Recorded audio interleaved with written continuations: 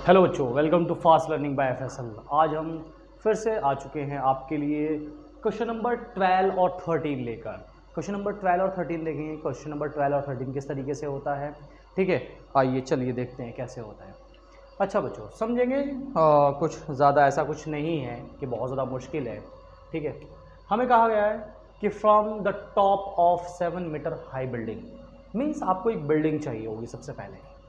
तो ये आपने एक बिल्डिंग बनाई है और ये कितने मीटर की है, 7 मीटर है, ठीक है बच्चों। ये 7 मीटर की बिल्डिंग है। From the top of a 7 metre high building, means यहां से टॉप से कहा गया है the angle of elevation of the top of a cable tower is 60 degree. Means बच्चों यहां पर आपको एक दूसरा चाहिए होगा जिसको हम क्या कहेंगे, केबल टावर, ठीक है बच्चों। ये आपके पास में केबल टावर है। केबल टावर जो होगा वो जाहिर सी बात है बड़ा ही होगा, और यहां पर एक पॉइंट है और यहां पर एक पॉइंट है, ठीक। अच्छा, हमने क्या किया, ये ग्राउंड है हमारे पास में, ठीक है, ये ग्राउंड हुआ। मीन्स ये बिल्डिंग है हमारे पास में और ये हमारे पास में टावर है। ये क्या है हमारे पास में, बिल्डिंग है, और ये हमारे पास में क्या है बच्चों, केबल टावर, ठीक है। ये हमारे पास में क्या है, केबल टावर। इधर केबल टावर है और इधर हमारे पास में। हमें क्लियर पता होना चाहिए, क्वेश्चन समझ आया। अगर इसकी थ्योरी समझ आई तो क्वेश्चन भी हो जाएगा, नहीं है तो नहीं होगा, सीधी सी बात है। Angle of elevation of the top of a cable tower is 60। Means क्या कह रहे हैं, top of the cable tower. और कहां से लिया गया बच्चों, from the top of the 7 metre high building. Means building का भी टॉप है और एलिवेशन एंगल है, तो मीन्स ऊपर की तरफ रहेगा। और ये यहां पर मीन्स यहां पर बच्चों एंगल कितना बनाया गया, यहां पर जो एंगल बना बिल्डिंग से वो बना, मीन्स यहां से एक हॉरिजॉन्टल लाइन चाहिए होगी हमें। मीन्स ये जो एंगल है हमारे पास, ये 60 डिग्री बन के तैयार होगा। कितना बना है, 60 डिग्री बना है, ठीक है। अच्छा आगे चलते हैं। And the angle of depression of its foot is 45। Means अभी भी टॉप ऑफ द 7, यानी कि हमारे पास में जो बिल्डिंग है, बिल्डिंग का टॉप रहेगा, मगर इस बार हमारे पास में एंगल ऑफ डिप्रेशन बना है और वो कितना है बच्चों, 45 डिग्री है। मीन्स यहीं से एक एंगल ऑफ डिप्रेशन बनेगा बच्चों। मीन्स हॉरिजॉन्टल लाइन ये चाहिए होगी इस पॉइंट पर, और यहाँ पर इसके फुट के साथ ये जो एंगल बन के तैयार हुआ है ये आया है 45 डिग्री, ठीक है। ये हमारा पूरा क्वेश्चन है। उसके बाद determine the height of the tower. Means आपको ये पूरी की पूरी हाइट को पता करना है, ठीक है। अच्छा बच्चों, नेमिंग करनी है हमने, तो ये हमारे पास में ए है, ये बी है, ये सी है, और ये डी है, और ये ई है, ठीक। ये हॉरिजॉन्टल लाइन के, ये हॉरिजॉन्टल लाइन है जो कि अर्थ के पैरेलल ही होगी। मीन्स क्या हुआ, ये दोनों लाइनें पैरेलल हैं और ये दोनों वर्टिकल हैं। मीन्स क्या हुआ कि ये हमारे पास में एक रेक्टेंगल की शेप में बनेगा। मीन्स यहाँ पर भी 90 रहेगा, ठीक। अब होता क्या है बच्चों कि अगर ये 7 मीटर है तो ये कितना होगा बच्चों, यहां से यहां तक सिर्फ 7 मीटर, ठीक। मीन्स अब केबल टावर की 7 मीटर हाइट तो बिल्डिंग के बराबर ही होगी, बाकी की ऊपर जो होगी वो हमें फाइंड करनी है। वो कितनी है वो हमें फाइंड करनी है। तो अच्छा बच्चों, हमने क्या कहा कि हमारे पास में जो गिवन पार्ट है, ठीक है, जो हमारे पास में बच्चों गिवन पार्ट है, गिवन पार्ट क्या है हमारे पास में कि जो ए बी है वो कितनी है, 7 मीटर, ठीक है।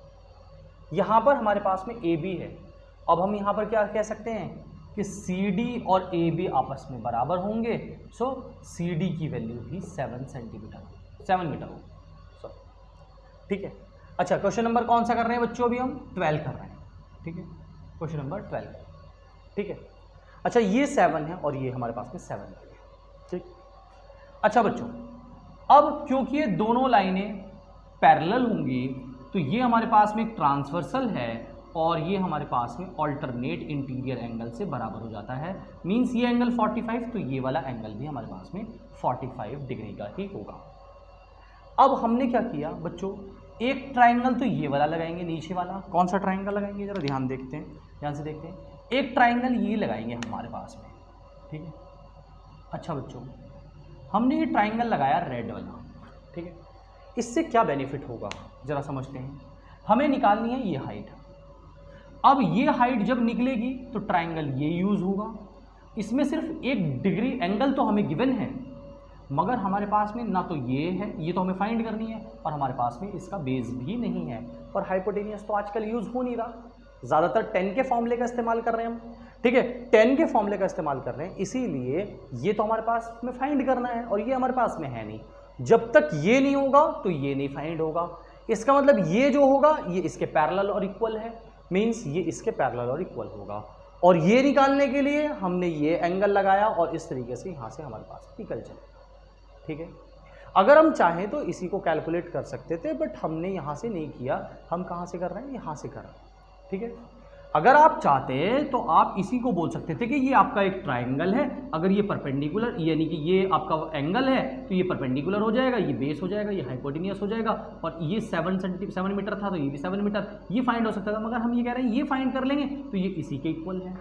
तो हमने तो सिंपली हमने नीचे का करने की कोशिश की है, नहीं तो हम इसको भी कर सकते हैं, ठीक है। आप जिसकी मर्जी उसको कैलकुलेट कर लेना, ठीक है। अच्छा, हमने क्या किया, इसको किया, तो यहाँ से ये 7 मीटर है तो हमारे पास में ये फाइंड हो सकता है। मीन्स हमने क्या किया, यहाँ से कौन से ट्राइंगल में लगाया, इन ट्राइंगल लगाया हमने बच्चों। इन ट्राइंगल कौन सा लगाया, ABC लगाया। कितना ट्राइंगल लगाया हमने, ABC लगाया।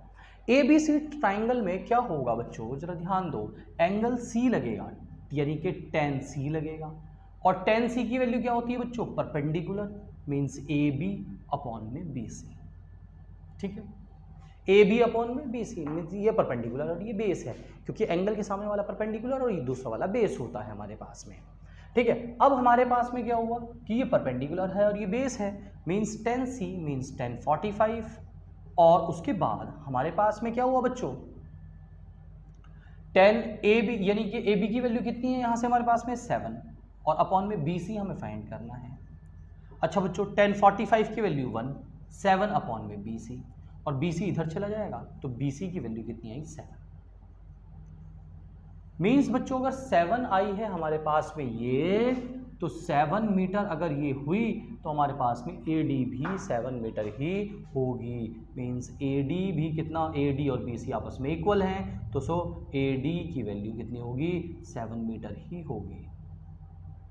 तो हमें इस बात से कोई मतलब नहीं है वैसे कि हमारे पास में ये 7 आ रही है, मीन्स कोई बात नहीं, ये 7 आ गया हमारे पास में, ठीक है। अब 7 आएगी तो हम इसको आसानी से फाइंड कर सकते हैं। अब हम लगाएंगे ब्लैक वाले ट्राइंगल में। किस वाले ट्राइंगल में लगाएंगे, ब्लैक वाले ट्राइंगल में, यानी कि इन ट्राइंगल कौन सा लगाएंगे, ADE। कितना किया बच्चों, ADE, ठीक है। अच्छा, हमने क्या किया, यहाँ से लगाया tan A, फिर से वही किया, परपेंडिकुलर क्या है बच्चों, DE, और बेस क्या है, AD, और tan कितना है हमारे पास में 60, और DE हमें फाइंड करना है बच्चों, और AD हमारे पास में 7 आया है।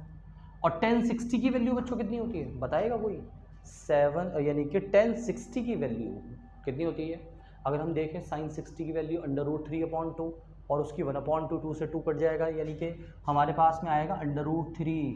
बच्चों कैलकुलेट करनी आनी चाहिए वैल्यू, ठीक है, रट्टा वट्टा मारने से कुछ नहीं होता, ठीक है।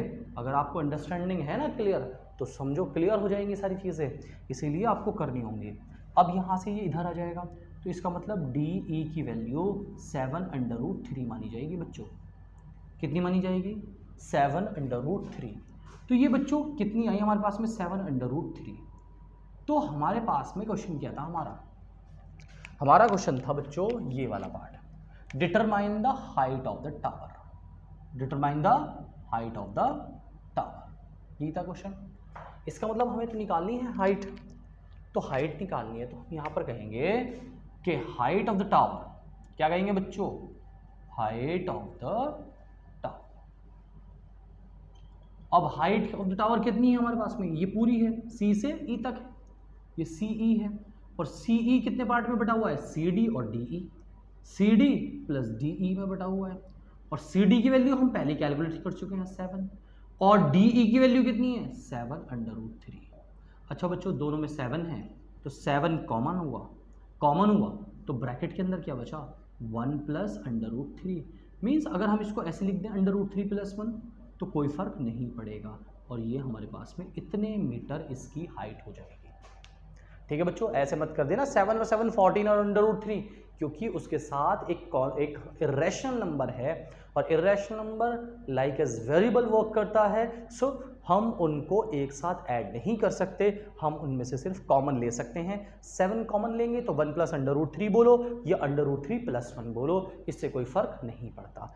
यानी कि हमारे पास में जो केबल टावर की जो हाइट है वो हमारे पास में 7 आई है। एक बार फिर से कर लें, आपको बोला गया कि एक बिल्डिंग है, एक टावर है, बिल्डिंग का टॉप से टावर के टॉप का एंगल 60 है, तो यहां पर हमें एक हॉरिजॉन्टल लाइन बनानी पड़ेगी। इसी टॉप से बिल्डिंग के फुट का एंगल ऑफ डिप्रेशन 45 है, मीन्स हमने इधर से डाला और ये 45 बता दिया। अब हमने क्या सोचा कि इस ट्राइंगल के अंदर वर्क करने से अच्छा है हमने इस ट्राइंगल के अंदर वर्क कर लेना है। मीन्स ये 45 है, हमने इसको ऑल्टरनेट इंटीरियर से बोला कि ये 45 है। सो हमने 10 45 लगाया, जैसे ही 10 C लगाएंगे इस ट्राइंगल के अंदर तो हमारे पास में AB/BC, और ये 7 है और ये कैलकुलेट होकर हमारे पास में 7 आ जाएगी। अगर ये 7 है तो ये 7 हो जाएगी, और इससे हमारे पास में ये फाइंड हो जाएगी, और इन दोनों को हम जोड़ देंगे। मीन्स हमारे पास में height of the cable tower कितनी आई है 7/√3 + 1 ब्रैकेट के अंदर। ठीक है बच्चों, क्लियर है इतना? अच्छा, अब हम क्वेश्चन नंबर पढ़ेंगे, क्वेश्चन नंबर 13। क्वेश्चन नंबर 13, अगर ये क्वेश्चन समझ नहीं आ रहा है तो हमें आप बता सकते हैं, ठीक है, हम आपको डबल से करा देंगे। ठीक है, आगे चलते हैं बच्चों। ठीक है, अच्छा यहाँ से हमारे पास में क्वेश्चन नंबर 13 है बच्चों। क्वेश्चन नंबर 13 भी बिल्कुल आसान ही है, कुछ ज़्यादा मुश्किल नहीं है, मगर थोड़ा सा लगेगा ऐसा कि जैसे कि बड़ा मुश्किल सा क्वेश्चन है। ठीक है, मुश्किल सा क्वेश्चन तो है बट लगेगा नहीं। ठीक है, अच्छा बच्चों जरा समझो जरा ध्यान से फिर से। हमारे पास में क्या है क्वेश्चन के लिए, हमने कहा गया है कि as observe from the top of 75 metre lighthouse. एक लाइट हाउस है बच्चों, ये सपोजेड एक लाइट हाउस है और ये 75 मीटर ऊंचा है। ठीक है बच्चों, ये उसकी जो हाइट है टोटल 75 मीटर है। उसके ऊपर से ऑब्जर्व कर रहे हैं बच्चों, तो बच्चों जब ऊपर से ऑब्जर्व किया जाता है तो एंगल ऑफ डिप्रेशन बनते हैं, ना कि एंगल ऑफ एलिवेशन बनते हैं। जब हम नीचे से ऊपर देखते हैं तो एंगल ऑफ एलिवेशन होते हैं, जब हम ऊपर से नीचे की तरफ देखते हैं तो एंगल ऑफ डिप्रेशन कहलाते हैं। बात समझेंगे नहीं समझे? अच्छा, क्या हुआ यहाँ से एंगल ऑफ डिप्रेशन चले हमारे पास, तो एंगल ऑफ डिप्रेशन में क्या हुआ कि 75 मीटर लाइट हाउस के ऊपर से फ्रॉम द सी लेवल, यानी कि सपोजिड पानी है, समंदर है ऐसे, ठीक है, तो यहां पर कहा गया है the angle of depression of 2 ships और 30 एंड 45। बच्चों जितनी दूर होगा उतना ही ज्यादा एंगल होगा, नहीं कम एंगल होगा, सॉरी। सपोज दैट एक शिप यहां पर है, तो बच्चों यहां पर जब बनेगा तो एक हमें हॉरिजॉन्टल लाइन चाहिए होगी। ठीक है, कैसी लाइन चाहिए होगी बच्चों? हॉरिजॉन्टल लाइन चाहिए होगी। अब हॉरिजॉन्टल लाइन जो होगी वो हमारे पास में इस तरीके से होगी, तो ये जो एंगल बन रहा होगा, तो देखो ये कम एंगल है तो इसका मतलब ये 30 डिग्री बन रहा होगा। अब क्योंकि ये गैप बढ़ेगा तो एंगल भी बढ़ेगा, तो हमारे पास में दूसरा क्या कहा कि दूसरे शिप से हमारे पास में जो हाइट है, जो एंगल है मींस वो कितना है बच्चों, तो बढ़ गया, तो ये कितना हो गया टोटल 45 डिग्री हो गया। ठीक है, if one ship is exactly behind the other, means ये एक शिप है, ये उसके बिहाइंड है, मीन्स जस्ट उसके पीछे एक ही लाइन में है, स्ट्रेट लाइन में है। ठीक है, other on the same side of the light house, light house के सेम साइड में दोनों एक दूसरे के पीछे हैं। Find the distance between the 2 ships, means एक शिप यहाँ पर है और एक शिप यहाँ पर है, हमें इन दोनों के बीच की डिस्टेंस फाइंड करनी है, मीन्स ये वाली डिस्टेंस फाइंड करनी है। इससे हमें कोई मतलब नहीं है, और ये हमारे पास में कितना है 75 मीटर। बच्चों अगर हमने पॉइंट नाम दिया A और B हमारे शिप हैं, और ये C हमारे पास में बेस है, और ये हमारे पास में D है। अच्छा बच्चों, एंगल ऑल्टरनेट इंटीरियर एंगल बराबर होते हैं। अगर ये 45 है तो मीन्स यहाँ पर 45 बनेगा, और ये 30 था तो इस वाले ने 30 बनाया होगा। यहाँ पर 30 डिग्री बनेगा और यहाँ पर 45 डिग्री बनेगा। ठीक है, तो हमें डिस्टेंस फाइंड करनी है, मीन्स हमें फाइंड करना है ए बी। चाहे आप लेट करो या ना करो, हमने डिस्टेंस को ए बी ही कहा, और हम इसको ऐसे भी फाइंड कर सकते हैं। और ऐसे भी बोल सकते हैं कि हमें टू डिस्टेंस यानी कि डिस्टेंस फाइंड करनी है टू शिप्स की, तो हम ऐसे लेट भी कर सकते हैं। क्या लेट कर सकते हैं? लेट द डिस्टेंस बिटवीन, क्या कर सकते हैं? द डिस्टेंस बिटवीन, इसको शॉर्ट फॉर्म में लिख देते हैं, the distance between the two ships. हमारे पास भी जो हमें फाइंड करना है वो हमने लेट कर लिया कि ये हमारे पास में x है, मीन्स यहाँ से लेके यहाँ तक x है जो कि हमें फाइंड करनी है, बाकी हमें कोई मतलब नहीं है। ठीक है, अच्छा ये x हो गया। ठीक है, इतनी बात समझ में आ गई। अब बच्चों हमारे पास में हमने आपको एक ही बात बताई है इस चैप्टर के अंदर, जब आपको दो ट्राइंगल दिखे तो सबसे पहले छोटे वाले ट्राइंगल को यूज करना है, फिर बड़े वाले ट्राइंगल को यूज करना है। पहले छोटे वाले ट्राइंगल को यूज करेंगे और फिर बड़े वाले ट्राइंगल को यूज करेंगे, और हमारे पास में आंसर आ जाएगा निकल के। जरा ध्यान दो, हमारे पास में दो ट्राइंगल है, एक ट्राइंगल ये है और एक ट्राइंगल ये है। कोई कुछ भी कहता रहे, हमें ट्राइंगल पहले छोटा वाला यूज करना है और फिर बड़ा वाला यूज करना है। ये तो 90 ही होगा। हमने बच्चों ट्राइंगल कैलकुलेट किया इन ट्राइंगल, किस ट्राइंगल में कैलकुलेट कर रहे हैं? डी बी सी में, या बी सी डी में, ऐसे बोल दो बी सी डी। ठीक है, इसमें कर रहे हैं। तो यहाँ से हमने लगाया बच्चों 10b। बच्चों 10 के ही फॉर्मूले लगेंगे ज़्यादा। ठीक है, बस अगर कभी इसका रोल होता है तो कर लेते हैं साइन या कॉस का, वरना तो नहीं होता, ज़्यादातर ऐसे ही होते हैं। तो हमारे पास में डी सी यानी कि सी डी अपॉन में बेस कितना है बच्चों? B C. इसकी वैल्यू कितनी हुई 10b की, यानी कि 1045 है यहाँ पर, और सी डी जो है वो कितना है बच्चों? 75 है, और BC हमें फाइंड करना है, अभी है नहीं हमारे पास में, कोई बात नहीं। 1045 की वैल्यू कितनी हुई? 75 अपॉन में BC, और BC हमारे पास में इधर आ गया, तो BC की वैल्यू 75 आ गई। बच्चों इससे कोई मतलब नहीं है कि हमारे पास में 75 आ गई है। ठीक है, हमें कोई मतलब नहीं है। हमें अब ट्राइंगल लगाना है बड़ा वाला। पहले हमने जो ट्राइंगल के अंदर वर्क किया है वो इस ट्राइंगल के अंदर वर्क कर लिया है। ठीक है, मीन्स हमारे पास में अगर ये एंगल है तो ये परपेंडिकुलर और ये बेस, हमने कैलकुलेशन कर दी और हमारे पास में BC की वैल्यू निकल के आ गई 75। अब जैसे ही ये वैल्यू आई तो हमने इस ट्राइंगल के अंदर, बड़े वाले ट्राइंगल के अंदर वर्क करना स्टार्ट कर दिया। ठीक है, बड़े वाले ट्राइंगल को हमने क्या कहा? ACD, यानी कि इन ट्राइंगल ACD, अगर हमने इस तरीके से ट्राइंगल को बोला तो ट्राइंगल ACD होता क्या है? जब ये ट्राइंगल ACD की बात आई तो हमने क्या कहा कि 10A लगाएंगे। कितना लगाएंगे बच्चों? 10A लगाएंगे, और 10A कितना है हमारे पास में? CD, और हमारे पास में बच्चों यहाँ से AC है, कितना है बच्चों? AC है बेस, ये परपेंडिकुलर है और ये पूरा का पूरा बेस है। हमारे पास में यहाँ पर लगा 1030, और CD कितना है? अभी भी 75 है, और AC की वैल्यू कितनी है बच्चों? दो पार्ट में बटी हुई है, AB प्लस BC। कितना बचा हुआ है? AB plus BC। ठीक है, 1030 की वैल्यू कितनी होगी? 1 अपॉन में √3, और इज इक्वल टू 75 अपॉन में AB की वैल्यू बच्चों कितनी है? X, और BC की वैल्यू कितनी है? 75। कितनी बात समझ में आ गया बच्चों? अच्छा, ये पूरा डेनोमिनेटर में है तो 1 के साथ मल्टीप्लाई में आ जाएगा, तो क्या हो जाएगा? x plus 75। ये डेनोमिनेटर में है, ये इधर जाने के बाद 75 के साथ मल्टीप्लाई में पहुंच जाएगा, ऐसे।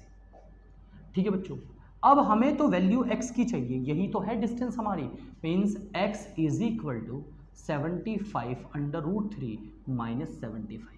ऐसे मत कर देना 75 से 75 कट गया, एक प्लस एक माइनस, नहीं, ये एक अंडर रूट में भी तो है उसके साथ में, मीन्स यहाँ से 75 सिर्फ कॉमन आ सकता है और √3 -1 हो जाएगा, और यही हो जाएगा हमारा आंसर। मीन्स इतने मीटर, मीन्स हमारे पास में क्या निकाला था हमने?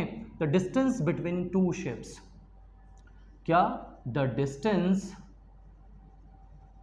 बिटवीन टू शिप्स कितना हुआ?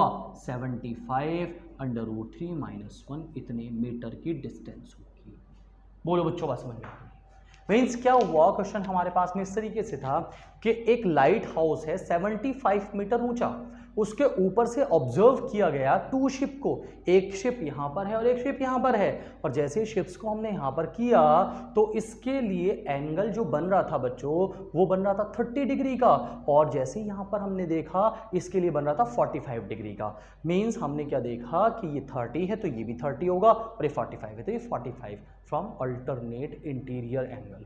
फिर ठीक है, यहाँ से हमारे पास में अल्टरनेट इंटीरियर आया, फिर हमने अपना मेथड लगाया, पहले छोटे वाले ट्रायंगल को कैलकुलेट किया, BC की वैल्यू अपने आप ही कैलकुलेट हो गई, हमें कोई मतलब नहीं था, हमें तो AB निकालना था। इसका मतलब अब जब हमने बड़े वाले ट्रायंगल के बीच में लगाया तो जैसे ही हमें AC मिला तो हमने उसको 2 पार्ट में तोड़ दिया, AB + BC, और AB की जगह उठाकर BC की जगह हमने 75 को रखा, ये इधर आया, कैलकुलेट किया, x की वैल्यू अपने आप ही निकल गई, और x ही था हमारे पास में 2 शिप्स के बीच का जो डिस्टेंस था हमारे पास में।